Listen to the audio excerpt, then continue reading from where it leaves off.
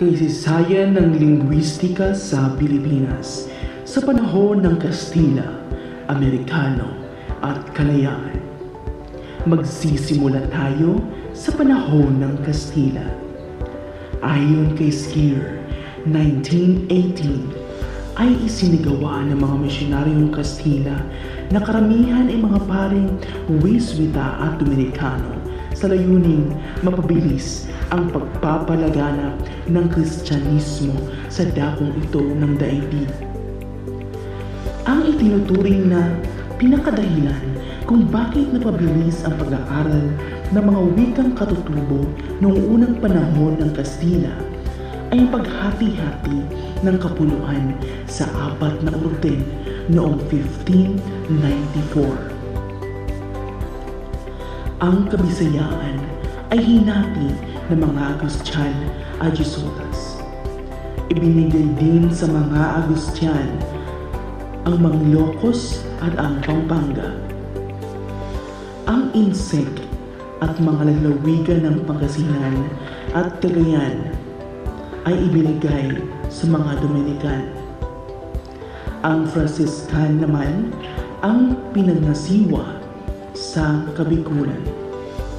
Ang Katagulugan ay hinati sa 4 na orden dahil dito nagkakaroon ng sigla ng pag-aaral ng mga katutubong wika na humahantong sa paglimbag ng mga gramatika at diksyonaryo. Hindi kukulangin sa 24 na aklat ayon kay Pilan ang nanlimbag tungkol sa wikang Tagalog, samantalang 5 lamang ang mga wikang Bisaya. Nagsimula noong ika-16 na taon at natapos noong ika-19 na taon. Layunin nila na mapabilis ang paglaganap ng Kristyanismo sa kapuluan. Noong Pebrero 13, 1965, dumating sa Cebu ang 6 na paring Agustian kasama ni Adelantado Miguel Lopez de Legazpi upang maisagawa ang pagpapalaganap ng rehiyong Romano Katoliko. Noong 1994, hinati ang kapuluan sa 4 na orden. Ito yung nabanggit na ang Kabisayaan ay hinati ng mga Agustian at Jesuit at ang Insek sa lalawigan ng Pangasinan at Cagayan ay sa Dominican at Franciscan naman ay sa Kabikulan. Sa panahon ng mga Amerikano, ayon kay Constantino, sa mga pagunahing lingwistika noong panahong ito ay napagsisipang muna ang mga sumusunod. Leonard Bonfil, isang Amerikano. Frank R. Blake, isang Amerikano. Cecilio Lopez, isang Pilipino. Carlos Everett Conant, Amerikano sa disiplinang historikal. Morris Venoberge, misyonaryong Behelicano. H. Contanable, Aleman, disiplinang historikal. Nagsimula noong ika-19 na taon at nagtapos noong ika-2 digmaang pandaigdig. Layunin nila na maihasik ang sambayanang Pilipino ang ideolohiyang demokratiko. 3 makaagham na gramatika ang Tagalog na isinulat ni Bromfield noong 1917 at Blake noong 1925 at Lopez noong 1941.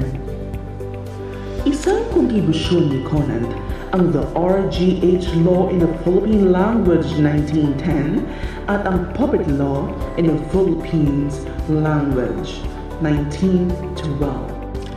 Ito ang pinakakilalang pananaliksik niya na tumalakay sa nagaganap na pagbabago ng mga tunog ng iba't ibang wika sa kapuluan. May 80 wika ang Pilipinas, hindi kasali ang mga dialekto. The RGH Law in Conan, ang angkan ng wikang Malayo Polynesyo na pinangalawang pinakamalaking angkan sa buong daigdig na lumaganap sa mga kapuluan ng Pansipiko at ng gawing kanluran ng Madagascar. Ang wika ng Pilipinas, maliban na Chabacano at Zamboanga at Ermita, sinasabing nagmula sa wikang Indonesyo. Isang halimbawa o mga halimbawa nito ay ang tunog na isang Malayo Polynesyo ay ang R, her. Ang Proto-Malasyo Polynesyo R, PMP, R ay maaaring nananatiling R sa ibang wika. Ang maaaring ng ibang wika naman ay naging G, H, O kaya ay Y. Ang ganitong phenomenon ay waing isang batas na gaganap sa mga wikang Malayo Polynesyo. Dito nahango ang naging kilalang RGH Law ni Conan. Halimbawa, ang vein, nerve o sinew, sa Malay ay urat, sa Tagalog ay ugat, sa Dayak ay uha, at sa Lupong ay oya. Nangyayari rin kung minsan ay nawawala ang R or katulad ng oat in Japanese. Ayon kay Conan, bilang tagapagsaling wika ng pamahalaan, ang karamihan ng mga wikang Pilipinas ay may tunog na G o G sa RGA. Nakatinig na ang ibig sabihin ay nagiging G o G sa karamihan ng wika sa Pilipinas, ang PMPR, ngunit may ilan ding naging R, O, kaya naman ay I o Y. Kaya't pinangkat ni Conan ang wika ng Pilipinas ayon sa kinauwian ng RGH na katinig. Sa pagsusuri ni Conan, lumabas na ang Tagalog, Bicol at mga wikang Bisaya katulad ng Cebuano, Hiligaynon, Waray, Kinaraayan at Romblano-Manon ay ang wikang G o G, gayon din ang ibang Marindanao, Tausog, Sulu at Bagobo, ang mga Ilocano at Tinruay at wikang A. Ang Kakuray-ay, Ibaroy, Buntok, Kalamian at Pangasinan ay wikang L. Ang mga Pampango, Ipatan at Sambal ay wikang Y. Sa panahon ng kalayaan, nagsimula noong 1946 pagkatapos makamit ng Pilipinas ang kalayaan ng bansa. Tatlong salik o pangyayari ang naka-impluwensya sa pag-unlad ng lingwistika sa Pilipinas matapos ang ikalawang digmaang pandaigdig. Isa, ang pagkakatatag ng Summer Institute of Linguistics noong 1953, ang paggamit ng makalingwistikang pamamaraan sa pagtuturo ng Ingles sa mga Pilipino na lumikha ng pagnanais na suriin ang mga wika sa kapuluan. Pangatlo, at ang huli, ang gradual na pagdami ng mga lingwistikang Pilipino. Ang Pilipinas ay nagsisilbing laboratorio ng mga lingwistikang dayuhan na karamihan ay Amerikano. Ang mga panahong ito nagsisilbi na pag-aaral ng wika ay maiuuri sa tatlo. Pag-aaral na nag-ukol sa komplikasyon ng wika sa Pilipinas at pagsusuri historikal at ang huli ang pagsusuri palarawan. Ang lingwistikang Pilipino ay nahahati sa dalawang pangkat. Una, ang pagsisipagtapos ng mga universidad sa Estados Unidos at ng Canada. Pangalawa, ang mga PhD na linguistics. Ang Summer Institute of Linguistics ang pinakamalaki at pinakamalaganap na sangay ng Pilipinas. Higit na pinag-ukulang ng pansin ang mga wikang di gaanong malaganap. Isinasalin ang mga wikang ito na nagsisilbing pangkat ng Biblia at iba pang mga babasahing pangrehiyon. Dumapo naman tayo sa kasaysayan ng linguistika sa daigdig. Unang panahon, teologo o mga theologian, nilikha ng Diyos ang wika dahil ayon nga sa Biblia noon na yung tao nagbabalak na mapatayan ng Panginoon at pinarusahan sila, kaya nagkakaroon tayo ng iba't ibang wika.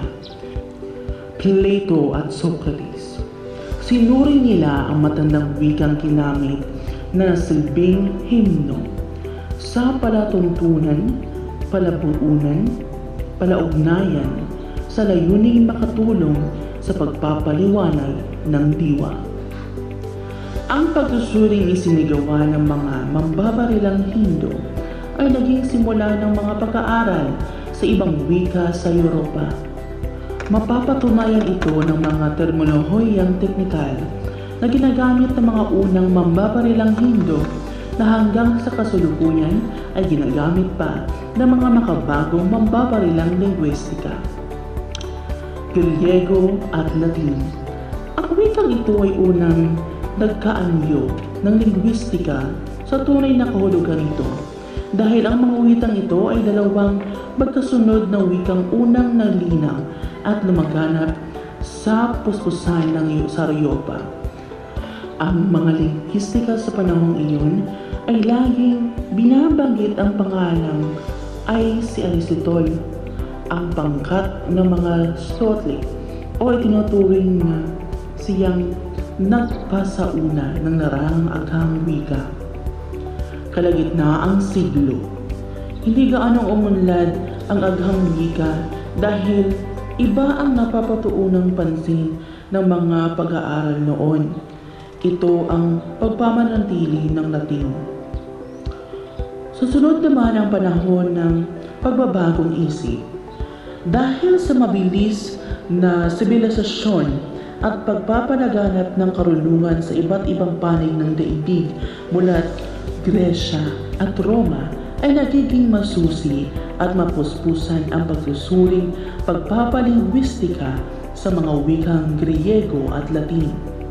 Narito ang wikang Erbeo, orihinal na wikang kinasusulatan ng matandang tipan at pinaniniwalaang siyang wikang sinasalita sa paraiso, kaya't inakala na ang lahat ng wika ng daigdig ay dito nag-uugat.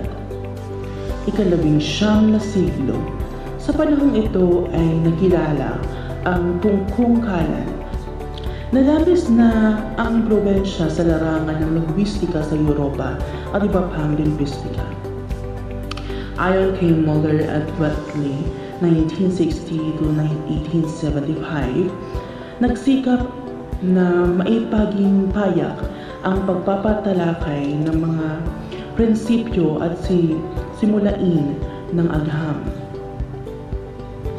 Mga disiplina sa linguistika. Ito ay una, linguistikang historical o historical linguistics. Pangalawa, ang linguistikang instruktura o instructural linguistic.